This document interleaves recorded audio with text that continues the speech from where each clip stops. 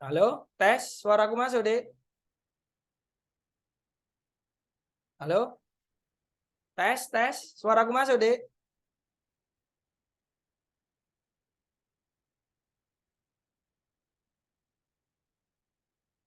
Tes, suaraku masuk nggak, Dek?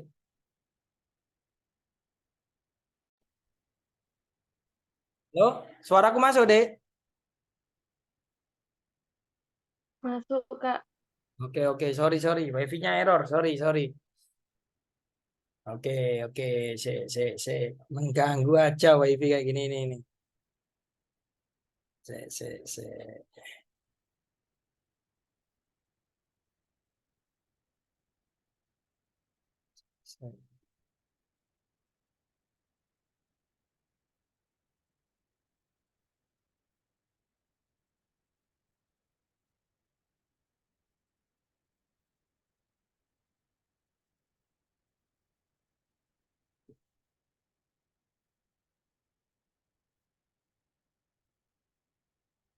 Oke, sorry ya, sudah terikot kan ini. Oke, loh, nggak muncul dia.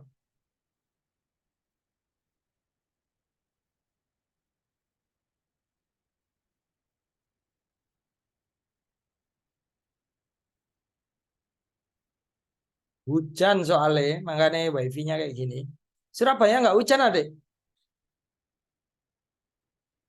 Surabaya hujan nggak? Enggak, Mas. Aman rek Surabaya enak ya, panas yo, poso kan kok panas. Oke, lanjut ya. Oke, sekarang ono pasien shock. Tadi kan ini, kalau misalkan pasien shock dikasih epinefrin, tapi cara pemberiannya itu bagaimana sih? Kan itu. Nih, pasien shock diresusitasi gak membaik. Obatnya shock ini dipakai epinefrin dan lain sebagainya. Ini adalah ketika shock kardiogenik. Ya, shock kardiogenik. Jadi kalau shock kardiogenik berarti masalahnya ada di jantungnya. Pasien shock kardiogenik. Oke, pasien shock kardiogenik obatnya itu ada satu, epinefrin.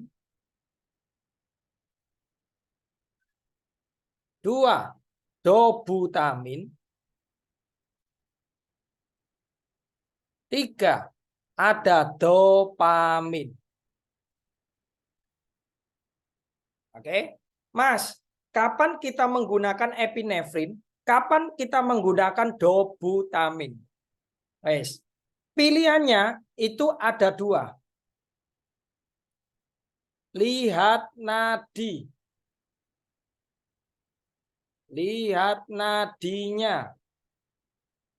Oke, lihat nadinya. Kalau shock ini kan berarti tensinya nggak naik-naik. Kalau nadinya, nadi lebih dari 100. Ingat, nadi lebih dari 100, pakai epinefrin. Tapi kalau kurang dari 100, di bawah 100 nadinya, pakai dobu ataupun dopa. Loh Mas, terus kita memakai dobutamin sama dopamin ini harus bagaimana? Selanjutnya, lihat akral. Lihat akralnya. Raban itu kakinya. Akralnya dingin atau hangat. Lah, lek aku mesti koyo ngene, Dek. Doa ibu, doa bapak. Ingat, doa ibu, doa bapak. Nek doa ibu itu kan lebih menghangatkan. Yo, maksudnya itu gimana sih? Kan kita lebih suka curhat ke ibu kita toh. Kalau curhat ke ibu kita ini kan bisa lama, hangat gitu kan. Tapi kalau bapak ini kan cenderung orangnya dingin. Tapi beliau ini kan juga perhatian. Ingat, Berarti doa ibu kalau akralnya hangat berarti kira-kira pakai apa? Dobutamin. Dobu. Kalau ini pakai dobutamin.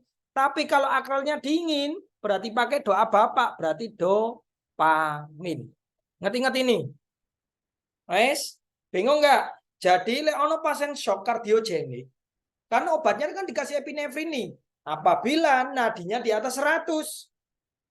Tapi kalau nadinya di bawah 100, kasihin dobutamin ataupun dopamin. Mas, terus kapan kita menggunakan dopamin? Kapan kita menggunakan dobutamin? Jawabannya adalah lihatan akralnya. Kalau akralnya hangat, oh akral hangat, akral hangat. Berarti doa ibu ini, oh ibu, bu, berarti dobutamin. Tapi kalau akralnya dingin, oh bapak ini, pa, berarti dopamin. Gitu ya. Jadi common ataupun permasalahan di anestesi ini bisa kamu tanganin. Oke, ingat-ingat ya. Doa ibu, doa bapak. Wes, ben beres masalah hidupmu. Jadi semuanya itu nggak harus dihafal. Diingat-ingat. Ada doa ibu, doa bapak. Beres masalah hidup. Oke, tapi ingat pada shock kardiogenik diingat-ingat dulu adalah apanya? Nadinya. Nadi di atas 100 langsung epinefrin, nenek-nenek. Ya, doa nenek. Nah, aku ngomongnya doa nenek, norepinefrin, obatnya epinefrin.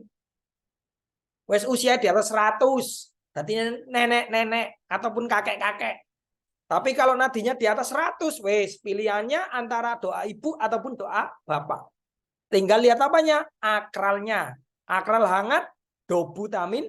Akral dingin, dopamin.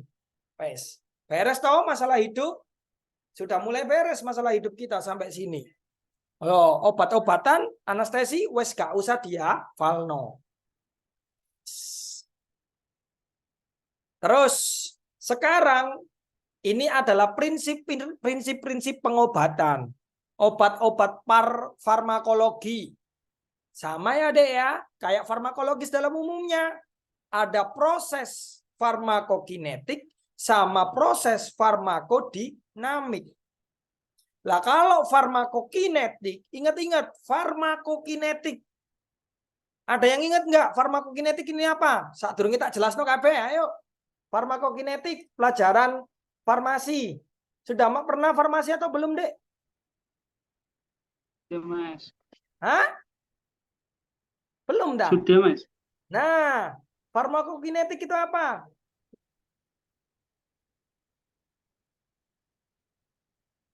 Aha, tetet. Karena dulu ingat-ingatnya nggak dari definisinya.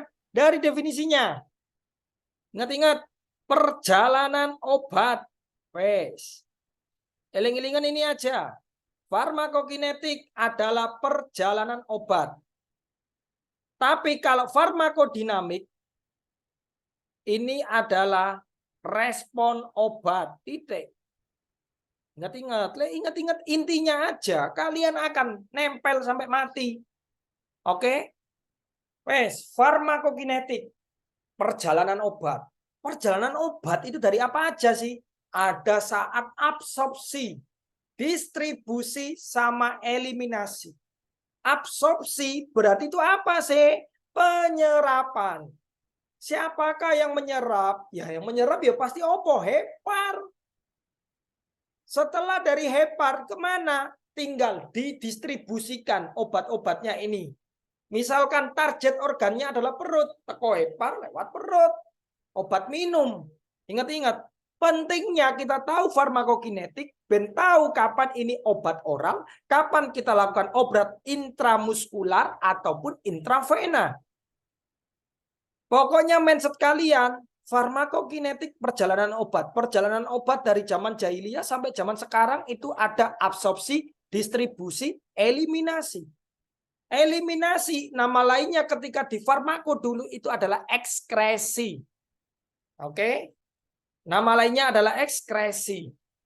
Jadi ingat-ingat perjalanan obatnya absorpsi, distribusi sama eliminasi. Lah makanya kenapa tadi kan ada obat eter sama Lovarom atau apa tadi. Kan itu kayak gini toh.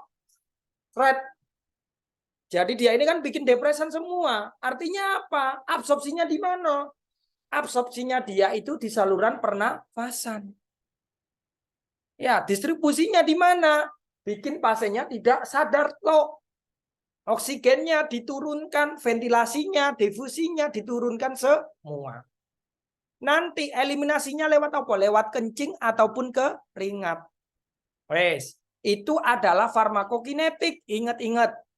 Ya, ingat-ingat ini dikeluarkan biasanya. Tapi kalau yang common problem nanti yang dikeluarkan itu salah satu, tinggal yang mana sama Dr. Ainul yang dikeluarkan ujian. Oke. Metabolisme ini adalah masuk ke sistem tubuh kita. Ekskresi bisa lewat keringat ataupun urin. Ingat ya, Dek, semua obat itu adalah racun, titik.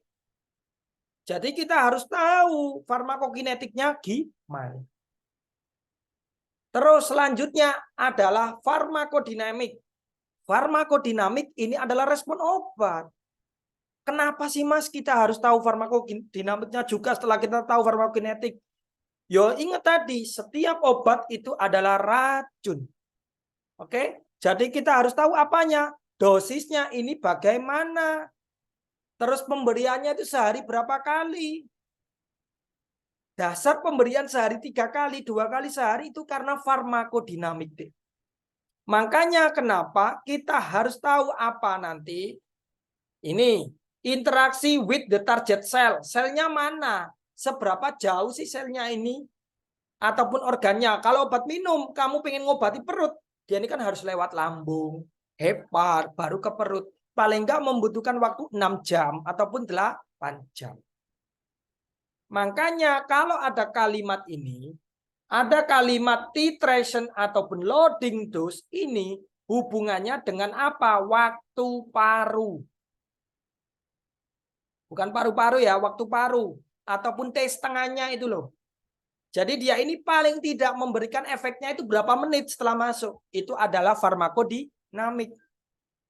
Sama apa dosisnya, potensinya, efisiensinya, obatnya ini bagaimana. Kan makanya kenapa obat itu ada range dosisnya. 25 sampai 50. Ternyata kamu kasih 25 nggak mempan. Tingkatkanlah jadi 50. Itu adalah farmakodinamiknya. Ya itu. Oke, gampang ya. Jadi inti dari farmakokinetik dinamik, ingat-ingat farmakokinetik perjalanan obat. Perjalanan. Kayak lagu ini tulis, perjalanan membawamu. Kan itu. Tapi isinya apa? Absorpsi, distribusi, eliminasi, titik. Di anestesi sangat memperhatikan ini. Ini kapan kita menggunakan obat bius yang inhaler, intravena, ataupun intralesi. Itu. Makanya dia ini ada farmakokinetik. Farmakodinamik, Mas. Iya, ini adalah respon obatnya. Respon obatnya nanti menghilang berapa lama. Terus minumnya harus berapa kali, diinjeksinya berapa kali. Makanya, Bu, nanti paling Bapak bangun 4 jam lagi dari sekarang. Kok iso Mas jelasnya koyo ngono? Iya, karena farmakodinamiknya. Oke, beres? Sampai sini beres? Beres. Oke. Nah, ini. Ingat-ingat ini. Trias anestesi. Ingat tujuan dari anestesi tadi itu apa sih, Dek? Anestesi kan menghilangkan rasa nyeri pasien ataupun menghilangkan sakit pasien. Kan itu tadi. Makanya trias anestesi itu ada sedasi, analgesi, sama relaksan. Ingat-ingat, keluar ujian. Kasih tahu kalian. Ini pasti keluar ujian. Keluar ujian ini. Trias anestesi dipastikan keluar ujian. Pasti. Dan ini akan keluar semua. 2-3 soal. Trias anestesi, ingat-ingat. Analgetik. Nah, kan itu aja. Contoh paling sederhana. Wes penghilang nyeri, ku anestesi ku pasti. Analgetik masukkan. Tadi kok ono kejang-kejang yo. Lewong kejang itu kan ototnya gini-gini semua. Berarti dia ini relaksan, relaksasi. Terus satu lagi yang belum apa? Sedasi. sedesen turun semua, ngantuk. Makanya kalau kalian lihat film Korea setelah dibius langsung motoy kayak gini. Tapi sebenarnya itu ada alat sedasi yang paling itu deh alamiah, apa? Belajar. Kalian kalau belajar kan ngantuk. Nah, itu adalah termasuk anestesi yang alamiah. Oke, trias anestesi wajib ingat. Sedasi, analgesi sama relaksan. Sedasi ini, obat sedasi ini bisa lewat apa, Mas? Bisa inhalasi, intravena ataupun IM. Begitu halnya analgetik, bisa inhalasi, intravena, intramuskular. Tapi kalau relaksasi, dia ini hanya inhalasi sama intravena. Jadi di antara trias anestesi ini, cara pemberiannya yang berbeda itu hanya relaksan. Karena yang relaksan ini kecuali intramuskular tidak bisa. Jadi dia ini murni secara inhalasi sama intravena. Titik, masalah hidupmu beres. Ya, ini diingat-ingat sama cara pemberiannya. Semua cara pemberiannya obat lah ngono-ngono tok, inhalasi, intravena, intramuskular. Kecuali yang relaksan itu tanpa intramuskular. Beres masalah hidup kalian. Wes, kalian paham materi ini, paham itu materi anestesi yang sisa-sisanya nanti. Pasti paham. Intinya wes tak jelaskan semua di sini. Oke? Terus, ini adalah tipe-tipe anestesi. Tipe-tipe anestesi bisa general anestesi. General anestesi ini nanti secara inhalasi deh. Biasanya kalau general anestesi ini adalah inhalasi. Ya, inhalation. Jadi semuanya ini nanti itu pasiennya wes gak iso lapo-lapo. Wes bener-bener turu gak eling apa-apa.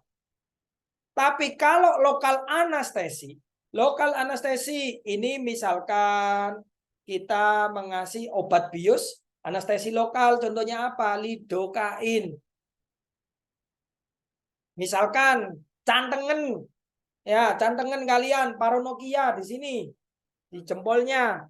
Ya wes, apakah harus pasiennya di anestesi seluruh tubuhnya? Enggak dong, injeksi aja lidokain. Tinggal sudut-sudutnya berapa. Setelah itu tinggal dicopot. Lidokain paling enggak efeknya kan 4 jam 6 jam, nanti efek biusnya hilang. Setelah itu ya pasiennya nyeri. Terus ada regional anestesi. Regional anestesi ini biasanya ditentukan kalau lokal anestesi tadi ya, regional anestesi ini biasanya untuk yang itu loh deh, untuk operasi sesar. Jadi regional nanti di lumbalnya sini disontek. Di lumbal 3, antara lumbal 3 sampai 5 disontek lewat sana. Seret, di cairan cerebrospinalnya pas disontek nanti akan menimbulkan efek tidak nyeri. Jadi dia ini hanya anestesi dari bagian tengah sampai ke bawah. Ataupun kombinasi. Ya, kombinasi ini bisa general sama lokal ataupun regional. Tapi ingat, yang general ini biasanya tidak sampai dikombinasikan. Yang dua inilah yang biasanya dikombinasikan. Oke? Sampai sini paham? Ini ya penjelasannya ya. General anestesi ataupun anestesi umum. Ini biasanya adalah ini deh. Jadi dia ini menganestesi apa? Sistem saraf pusat yang bersifat reversible. Jadi bisa kembali lagi. Ya, makanya general dia ini seluruh perasaan ataupun kesadaran ditiadakan. Jadi pasiennya iku mati suri. Wes, aku ngomongin ngono tae. General anestesi bikin pasiennya mati suri, titik. Oke. Terus biasanya pasiennya sepenuhnya tidak sadar dan tidak sakit selama operasi. Enak dia. Wes pasiennya uga eling apa-apa, Dek.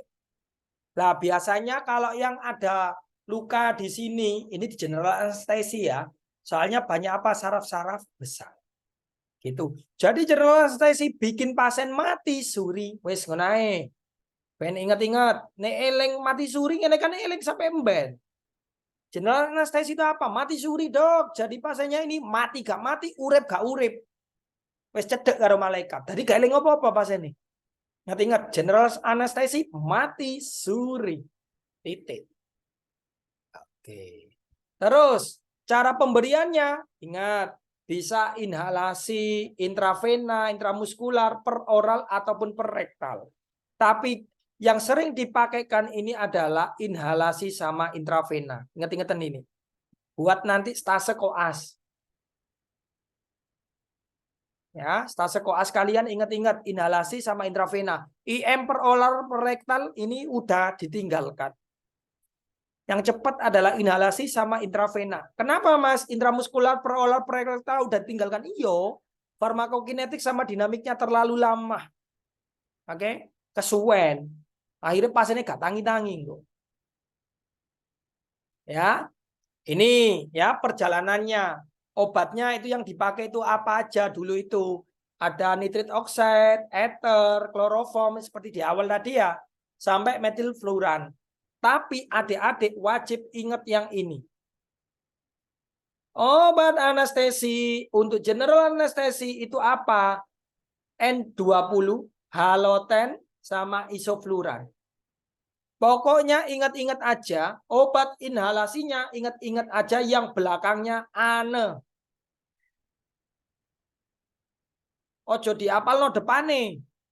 Pokoknya belakangnya ane-anean ini adalah obat general anestesi titik. Bisa halotane, isoflurane, enflurane, desoflurane, sama sevfluran. Ingat-ingat yang dipakai adalah ane-anenya. Keluar ini paling enggak.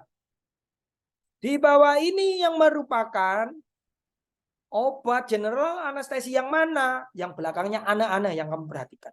Wes pasti ane-ane. Kecuali yang N20 ini. Lek gak ono obat iki berarti itu bukan obat general anestesi. Yang dipakai dokter Ainul biasanya di obat di ruangan operasi adalah haloten sama isofluran. BPJS yang mana Mas? Haloten. Ini haloten, ini BPJS. Haloten ini sambil merusak ini deh. Saluran pernafasan, inflamasi. Kalau isofluran enggak. Yang mahal itu isofluran. Haloten ini yang murah. Oke? Ingat-ingat yang ane-ane. Ya, ini enggak usah diingat-ingat ya. Enggak akan keluar ujian. Kalau yang intravena, anestesi secara intravena ini biasanya untuk yang cepat-cepat. Jadi operasinya yang cepat deh. Jadi tindakan operasinya membutuhkan waktu 1 jam nggak sampai. Jadi dipilih yang intravena. Tapi kalau yang inhalasi tadi itu yang untuk operasi yang jangka lama. Makanya dia ini apa? No pain, rapid onset, terus aman, amnesia, rapid complete. Jadi dia ini untuk memberikan efek anestesi yang cepat-cepat itu dengan cara intravena. Ben lapo perjalanannya gak ado-ado mandek. Contoh obat anestesinya apa? Non opioid, opioid ataupun muscle relaksan. Jadi kayak pasien-pasien nyeri kejang. Wes ya, pasien nyeri sama kejang pakai intravena anestesinya. Nah, non opioid contohnya apa? Ini ya, benzodiazepin, midazolam, diazepam, lorazepam. Ini ben pasiennya ini gak kroso nyeri nih, ben relaksasi. Ataupun obat-obat barbiturat, tiopental, water soluble ataupun alkalin. Nah, ini adalah obat-obat anti nyerinya deh ya. Ketamin, propofol ataupun etomid. Nah, ini contoh-contohnya. Tapi adik-adik cukup ingat-ingat yang tak kasih di depan tadi. Oke, berdasarkan fast scale-nya, ben gak apalan bolak-balik. Lah, untuk obat opioidnya, ono analgetik. Ya, ini nanti bisa untuk analgesik, itu bisa. Gangguan kardiovaskular, terus ventilasi depresi, jadi depresi nafas, itu bisa diberikan opioid. Contohnya apa? Morfin, fentanyl, kemudian nalorfin, naloxon, metadon, heroin. Ya, ingat-ingat heroin bisa anti nyeri loh, Dek. Zaman dulu dipakai. Hidromorfon. Ini nggak usah dihafalkan. Ingat-ingat yang dihafal yang depan aja tadi. Oke. Muscle relaksan. Ya, ini ya. ada depolarizing succinylcholine. Ya, succinylcholine ini adalah termasuk obat-obat muscle relaksan. Nah, ini untuk yang akut, onsetnya ini akut cepat. Ya, biasanya pada pasien-pasien dengan kedinginan ataupun kepanasan, kasihlah muscle relaksan. Tapi kalau misalkan kejang, kasih aja diazepam, ya itu. Ataupun pasiennya hiperkalemi, pokoknya naik-naik semua, kasihlah muscle relaksan, succinylcholine. Ya, wajib kalian ingat adalah obat-obat succinylcholine. Titik. Contoh obat muscle relaksan adalah, nah, soalnya Dr. Ainul kayak gitu, jawabannya adalah succinylcholine. Titik. Ataupun yang non depolarizing, ini ada mifacurium, antakurium, pokoknya ingat-ingat akuarium. Ya, akuarium. Selain succinylcholine, obat-obat muscle relaksan yang harus kalian ingat adalah akuarium. Mifacurium, fecurium, pokoknya chronium, akuarium lah. Aku. Ya, ataupun bisa dikasih agonis neuromuskular blokade reversal. Jadi kita kasih di neuronnya langsung. Jarang banget ini. Yang wajib kalian ingat adalah succinylcholine. Oke. Ini ya. Kalau ini stadium anestesi. Jadi stadium anestesi ini ketika kita ngasih obat eter ataupun obat yang umum tadi, haloten, golongannya haloten, itu perjalanannya ada 4D. 1, analgetik. Jadi dia ini bisa menyebabkan stadiumnya 1, analgetik. 2, delirium, penurunan kesadaran. 3, pembedahan. Artinya apa? Pernafasannya sudah teratur ataupun sudah hilang, sudah spontan lagi. Keempat, dia ini paralyzed medulla oblongata. Jadi dia ini bisa resiko kematian. Jadi tinggal kita dalam pemberian obatnya ini sampai stadium berapa. Makanya kita ini penting tahu farmakokinetik sama dinamik. Wes, goblok-goblokannya kayak gini. Stadium anestesi, stadium paling rendah itu adalah yang menghilangkan nyeri, titik. Stadium 2, mulai penurunan kesadaran, kayak anak tangga. Stadium 3, mengganggu pernafasan. Stadium 4, sampai menyebabkan kematian. Ingat ya, stadium ini bisa dikeluarkan. Kalau nggak salah ini di angkatan 2018 atau 17. Ini. Ingat-ingat loh ya. Stadium 1 yang ringan, untuk anti nyeri. 2, kesadarannya mulai menurun, delirium. Stadium 3, pola pernafasannya terganggu. 4, hampir kematian. Kenapa kok hampir kematian? Iya, efeknya nanggone medulla oblongata. Paralyzed. Gak ada fungsinya medulla oblongatanya. Ingat-ingat itu. Oke. Nah, ini ya. Ini stadium-stadiumnya aja. Ini Nestuno aja deh ya. Nestuno. Ya, kalau stadium 3, ingat stadium 3 itu tadi apa? Pembedahan, teraturnya pola pernafasan toh. Jadi dia ini kalau ada stadium plana, kalau pernafasan itu plana. Plana 1, plana 2, plana 3, plana 4. Plana 1 pernafasannya spontan, teratur.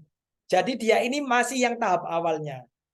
Tapi kalau plana 2, pernafasannya sudah mulai tidak teratur. Dengan tandai apa? Bola matanya wis gak iso bergerak. Glahom gue ingin itu. Plana 3 wis mulai nafasnya dengan otot-otot perut. Ya, sudah relaksasi sempurna dia itu. Tapi kalau sudah plana 4, pernafasannya sudah tidak teratur sampai pupilnya midriasis membesar. Loh Mas, lek koyo ngene iki ya apa? Gak usah bingung. Lah wong iku mau wis diatur, makanya kenapa ketika kita stadium general, pasiennya ini juga dipasang endotracheal tube. Dibantu pernafasannya dari pakai alat bantu. Jadi wis gak popo koyo ngene iki kondisine. Cuma kalian harus tahu perjalanannya. Plana 1, nafasnya masih teratur. Jadi operasi masih belum bisa dimulai. Bisa dimulainya pas kapan? Sudah plana 4. Oke, gampang ya. Nih, kalau lokal anestesi, ya wis, mekanismenya lokal ya berarti lokal tok deh. Yang kayak tak contohkan tadi. Makanya dia ini apa? Neural blokade. Jadi di lokasinya saja. Contohnya apa? Pakai lidokain. Ini ya, ingat-ingat. Pokoknya yang belakangnya kaine. Obat lokal anestesi yang kaine. Kokain, prokain, kloropokain, tetrakain, lidokain, mepivakain, etidokain. Pokoknya yang kaine. Oke? Mang ya, bisa jelaskan ini tadi. Kalau regional anestesi, nah yang tadi itu contohnya adalah di spinal ataupun epidural caudal nervus block. Ini biasanya yang sering dipakai adalah yang spinal anestesi. Spinal anestesi ini untuk SC. Jadi dia ini pasti dari pusar ke bawah spinal. Epidural berarti untuk kepala, caudal ini adalah tulang belakang. Ingat-ingat regional anestesi ini ya. Ini untuk yang combine. Combine ini bisa general, epidural. Tapi general ini sudah jarang banget dikombinasikan ini. Oke, ini sudah tak jelaskan tadi. Oke, terima kasih. Sudah ya, Rek. Wah, kayak anestesi ternyata. Ada pertanyaan nggak kalian? Halo, ada pertanyaan nggak? Aman. Oke. Wes yo. Anestesi wis tak kei ilmune kabeh. Besok bacaan PPT-nya Dokter Ainul yang KB yang semua itu nanti lah mencangkup ini semua. Entah yang pendahuluan tahap 2, tahap 3 itulah isinya yang sudah terangin ini semua. Nanti sisanya kita nanti pertemuan lagi. Oke? Oke, aman sampai sini ya? Ada pertanyaan?